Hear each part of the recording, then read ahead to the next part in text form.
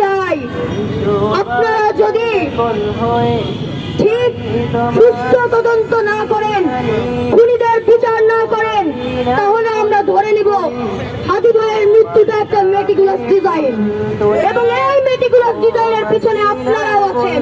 কারণ উপদেষ্টা পরিষদের সাহায্য ছাড়া সীমান্ত অতিক্রম করা এত সহজ না। আমরা আর গড়িমসি করব না,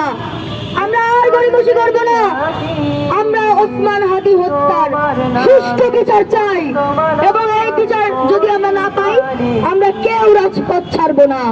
এর জন্য যদি আমাদের আমরণ অনশন দিতে হয়, এর জন্য যদি আমাদের বাংলাদেশে আবারও যদি কোনো মত তৈরি করতে হয়, আমরা সেটা করতে প্রস্তুত, কিন্তু ওসমান হাদির বিচারে এই বাংলাদেশে কার্যক্রম করতেই হবে।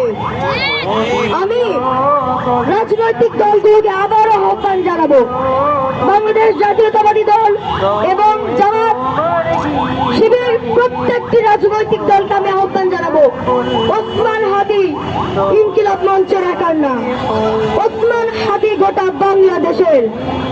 ওসমান হাদি ইনসাফ প্রতিষ্ঠা করতে চেয়েছেন, ইনসাফের প্রতিষ্ঠার জন্য তাকে গুলি করে মেরে ফেলা হয়েছে। সুতরাং তার দায় কোনো একক গোষ্ঠীর নয়, তার দায় গোটা বাংলাদেশের। তার হত্যার বিচারের জন্য আমাদের প্রত্যেকের মাঠে নামতে হবে। ইন্টারিমকে বলে দিতে চাই, আজকে 29টা দিন পার হয়ে গিয়েছে, আমার ভাইয়ের বিচার নাই। আজকে 29টা দিন পার হয়ে গিয়েছে, আমার ভাইয়ের বিচার নাই। আপনারা যদি বিচার করতে না পারেন, আপনারা ওই জায়গায় কেন বসে আছেন? আমার ভাইয়ের রক্তে, ওসমান হাদির রক্তে, আমাদের রক্তের উপরে আমরা ফর্ম করছেন।